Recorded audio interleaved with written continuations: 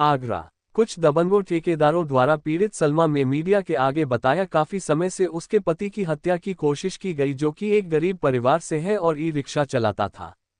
दबंगों ठेकेदारों ने उसको इतना मारा कि वो घायल होकर थाना एतमादौला पहुंचा अपनी रिपोर्ट दर्ज कराने। उसके कुछ दिनों बाद उसके शरीर में चोट लगने से जहर फैलने से उसकी मृत्यु हो गई। इतने से भी दबंग ठेकेदारों का दिल नहीं भरा तो उन्होंने उसके छोटे बेटे को भी बहुत मारा। छोटा बेटा जब थाने गया रिपोर्ट लिखवाने तो पुलिस ने उसी को डांट फटकार भगा दिया और उसके भाई को उसी के मारने के जुर्म में झूठा मुकदमा लगाकर जेल भेज में बंद कर दिया। सलमा के पति की मृत्यु को लगभग 4 महीने हो चुके हैं। पीड़ित सलमा को अभी तक इंसाफ नहीं मिल पाया है। प्लीज सलमा की पुलिस चौकी रामबाग लगती है। चौकी इंचार्ज जो कि इस मुकदमे के आईओ हैं, जो कि इस पीड़ित सलमा के साथ न्याय नहीं कर रहे हैं। प्लीज शर्मा का कहना है आईओ सीधे ठेकेदारों का फेवर काम कर रहे हैं, सब कुछ जानते हुए भी कोई कार्रवाई नहीं कर रहे हैं। इसी बात को लेकर सशक्त पीली सेना कलेक्टरेट डीसीपी कार्यालय पीड़ित सलमा सहित पहुंची। डीसीपी सिटी ने पीली सेना की अध्यक्ष शबाना खंडेलवाल को पीड़ित सलमा सहित आश्वासन दिया है कि हम एसीपी छत्ता को जांच भेजेंगे और सी की पीली सेना का कहना है कि हर गरीब महिला को न्याय मिले। थाना एतमादौला का है और चौकी रामबाग है, जिसमें आयु है। आयु उसकी आयु कौन है? मलिक जी उसके आयु है। और इनके हस्बैंड से 4 महीने पहले कुछ वो ई रिक्शा चलाते थे तो ठेकेदारों ने मारपीट की, बहुत ज़्यादा मारपीट के बाद वो घायल अवस्था में थाने गए। उन्होंने एफआईआर दर्ज कराई। एफआईआर के बाद हॉस्पिटलाइज हो गए और उसकी फिर घर पे उनकी डेथ हो गई। वो चोट ऐसी बैठ गई।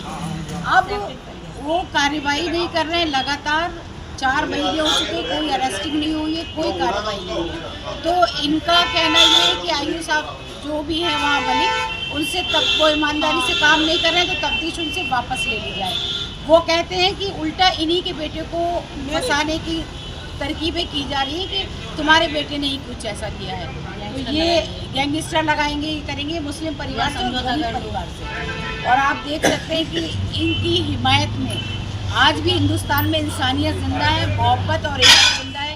ये सारे जैन परिवार से हैं, शर्मा हैं, ये सारे पड़ोसी नॉन मुस्लिम हैं और वो क्योंकि जानते हैं कि इनके साथ गलत हो रहा है तो इसलिए वो आए और उन्होंने सेना की मदद की है।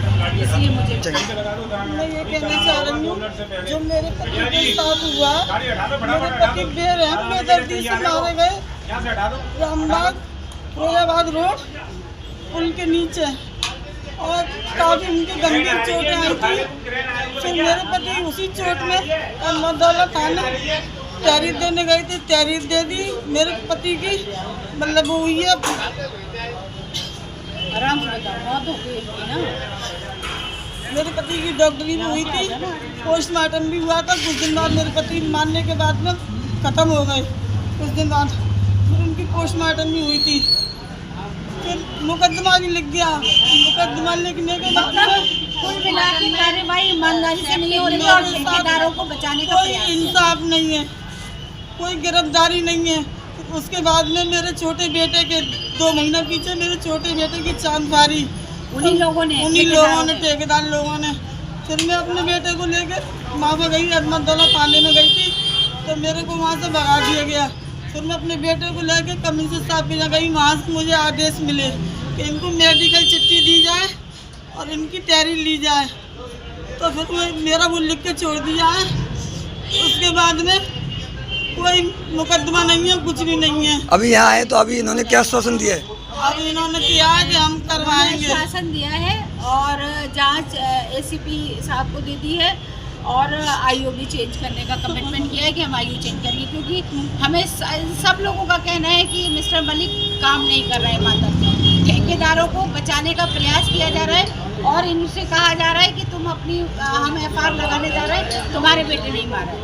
तो अगर ऐसा होगा तो अभी तो हमें डीसीपी साहब ने आश्वासन दिया है और हमें पूर्ण विश्वास है कि ईमानदारी से काम होगा, नहीं तो उस लड़ाई के लिए हमारी सेना तो है।